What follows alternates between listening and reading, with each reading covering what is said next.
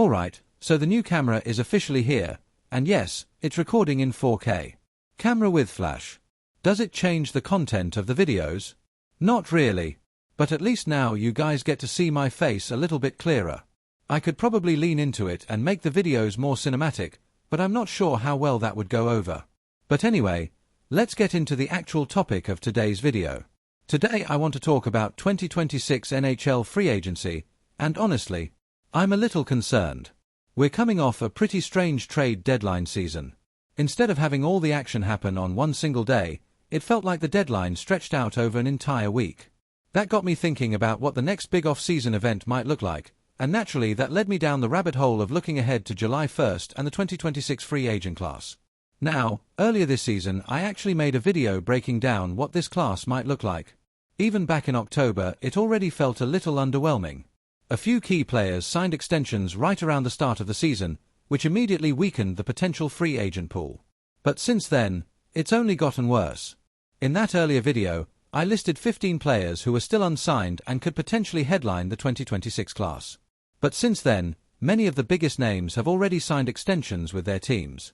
Players like Adrian Kemp, Martin Necas, and Artemi Panarin have all locked in new deals, with Panarin even getting traded and signing with the Los Angeles Kings.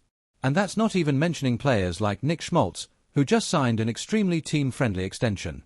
Schmaltz locked in an 8-year deal worth $8 million per year, and considering the season he's having, he could have absolutely sparked a bidding war if he had reached free agency. So the big question now is this. What does the 2026 free agent class actually look like today? Is it still weak, or is there some hope left? Recently, an article from Daily Faceoff ranked the top 50 NHL free agents for 2026, and honestly it perfectly highlights the issue with this class. On paper, the list doesn't look terrible.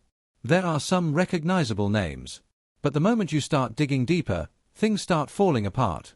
At the top of the list is Alex Tuch of the Buffalo Sabres. And I actually agree with this ranking.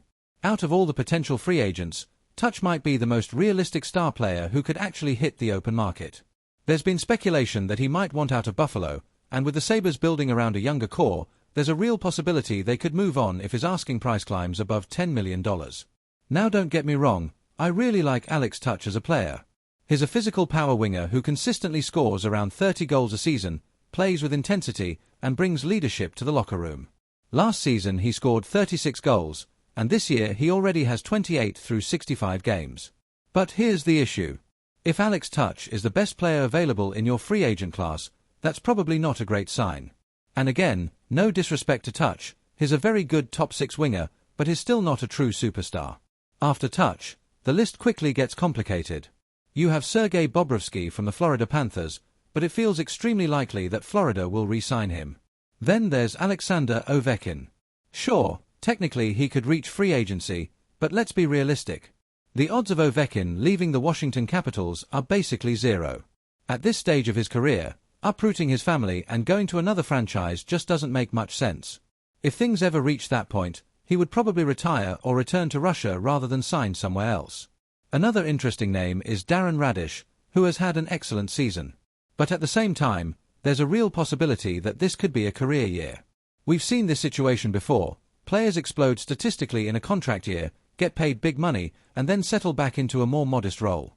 There are also players like Rasmus Andersson and John Carlson, but again, it's hard to know how many of these players will actually reach the open market. And that's really the biggest problem. This free agent class looks decent on paper, but the majority of these players are very likely to re-sign before July 1st.